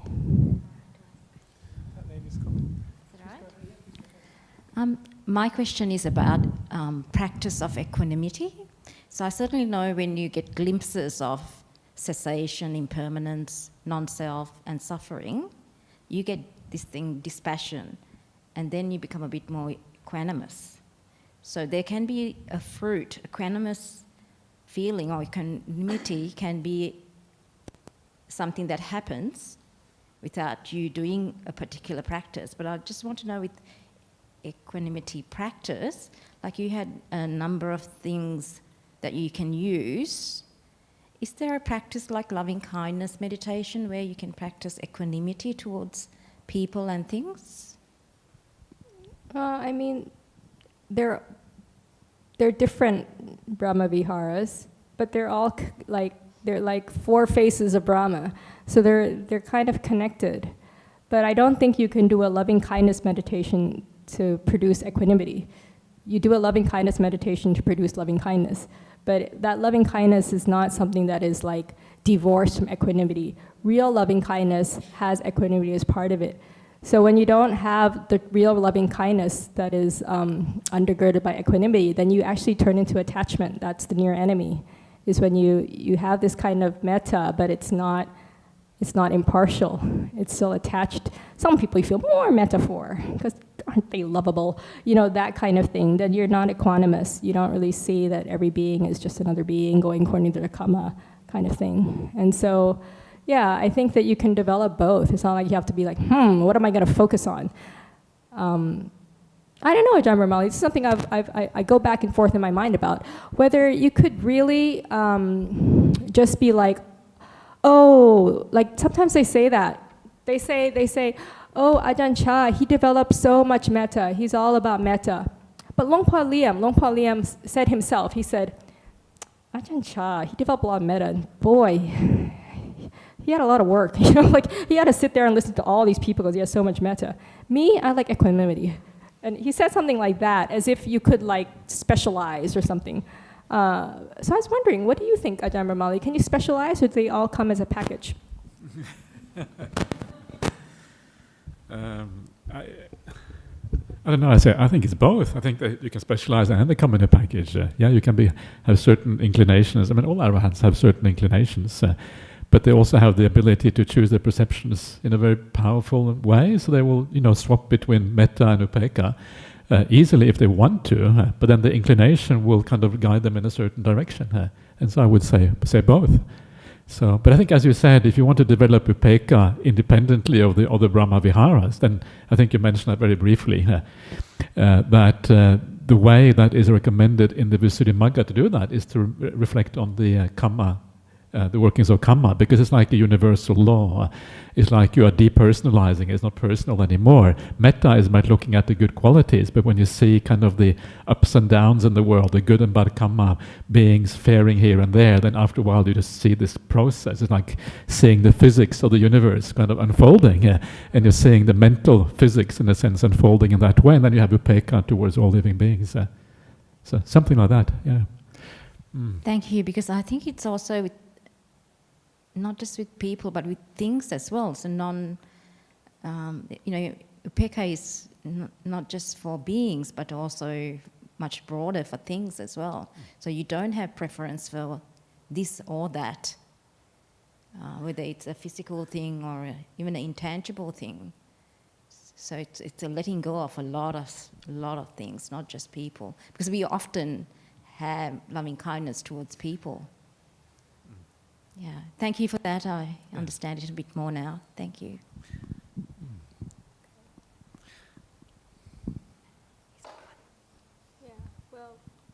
Can I just add one little comment?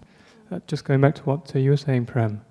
I was wondering whether when you were talking about seeing pleasant or unpleasant things as boring in order to remove the attachment, were you talking about the development of nibbida? And I wonder whether you might be able to comment on that. Is nibbida something that one can develop even if one hasn't seen things according to reality through the jhanas and so on? Is it still a skillful perception? I mean, I don't know if nibbida would be feeling it's boring. So I don't know. I mean, yeah, I mean, as you well know, Ajahn Brahm likes the word revulsion as the translation for nibbida. So I don't think it's kind of a ho-hum kind of a feeling. It's more like, no more, no more of this. And I don't think you can have real nibbida. I think you can develop it. You can try. I mean, you naturally already do develop it, right? I mean, you have developed nibbida towards lay life. So you're like, yay, I'm becoming a monk. Because like, no, just not interested in being a layperson anymore. So yeah, I guess that kind of level of nibbida is something you can develop. But I think the real kind of nibbida that turns you away from the five khandhas and, samsara and all that is like Suttavariya Savako. You're an instructed noble disciple, and only at that point can you have real nibbida. But yeah, I guess I feel like sometimes nibbida is bandied around like too much of a kind of a prosaic term, and it's not. It's actually quite lofty. So yeah, I don't think like, I'm tired of my job, tired of my husband, let's go to Janago for a 9-day retreat, is like really nibbida. You know what I'm saying? Anyway, Ajahn, do you have anything to add? I agree. I mean, nibbida is obviously a very profound thing, especially the way it is described in the kind of dependent liberation sequence. It's really profound. But I think you can have lesser intermediate kinds of nibbida as well. You look at the state of the world and you think, enough of that world.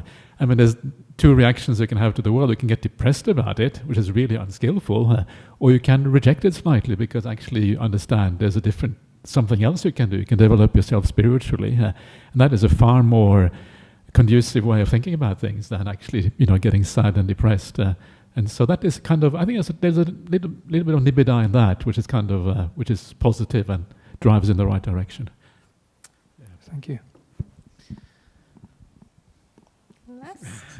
It's 2:33, but what do you think, Lehar? One more or no more? Yeah, and there are some online questions as well. I thought I will maybe let Ananda, if you could ask a short question. Ajahn, that you interrupt the process. God, I'm really deaf now. How to interrupt the process. Your first circuit breaker, if I may use that word. My first what? Yeah, first circuit breaker. Oh, circuit breaker, right, okay. Yeah. To break the process. It's at the unpleasant feeling level. Is that right? At the unpleasant feeling level, at that stage. So what you are saying is remove it. What came to my mind was that in MN18, in the cryptic statement that what the Buddha said was, I think towards the end, I can't remember the exact words, if you don't approve or delight the source in which they arise, then that is the end of all the 7 anusayas, and that is the end of the whole kabuki. Yeah, so that, how does it compare with that? Say it again. I have to say, I couldn't really hear Uncle Ananda. I don't have the exact words, but if you look at the MN18, MN18, okay, yeah. Madhupindika, Yeah. when the Buddha gave the cryptic statement, before Great Arahant Mahakachana detailed that, but I think towards the end, he said, if you don't take delight in the source, because what he was talking about was that pasapacchaya vedana yang vediti thang sanjanati, like that, it goes to papanya. But before that, if you don't take the delight in the source, so what Great Arahant Mahakachana said was, if I remember right, that if there is no I, then there is no furthering. Yeah. So how does it compare with your... Yes, I remember also reading that and being like, I don't get it. The solution is, oh, fine, be an arahant, so you're not reborn and you don't get no more eye, no more ear, no more sense organs. It's like, boy, this sutta doesn't help me out anymore. It doesn't help me at all. If it's like the solution is, oh, be enlightened, then you have no more eye, ear, whatever, and that's the solution. You're like, phooey, right? I think you explained it that way too. I remember when I was reading it, I was like, what the heck does this mean? Like the eye, what? That's the solution. And I heard one of this old sutta class you gave on it, and you said the same thing. And I was like, boy, people are trying to use MN18 in some kind of like prosaic way. They're missing the point. You know, it's kind of yeah, if that's the ultimate, that's like towards the end of the sutta, you're like, oh, is that where you're getting at? It's at the real beginning, actually. Yeah, but I mean, when it's explained, when Mahakachana explains it fully, you know, he goes to the whole like, oh, sense contact leads to thinking and papancha, and then the worldling is beset by all these things and blah, blah, blah, blah, blah. But then at the end, it's like, so the solution, just don't have sense contact. Don't have sense organs. Just be kaput, gone, arhan. And then you're like, thanks a lot, like, you know. But I don't know, what do you think? Is that also what you think, that the source there is really sense organs? Yeah, I mean, not delighting in the, I mean, the source is the, I think that's probably right. You pulled it up. Yeah, it's already here. So yeah, not delighting in the sense organs or whatever, in nama rupa, whatever, the whole kind of existence. It means you don't identify with it, yeah, and you don't, and so it is basically arahantship. So it is very, but all of these things can come in many different levels, and that's kind of the point. So even though the full understanding or the full application of these things is arahantship, of course you can do it partially, and that's kind of where the path, the gradual path is, and so you know, yeah. All right. Maybe I'll just ask one question from online, and then I think we have to close the session soon.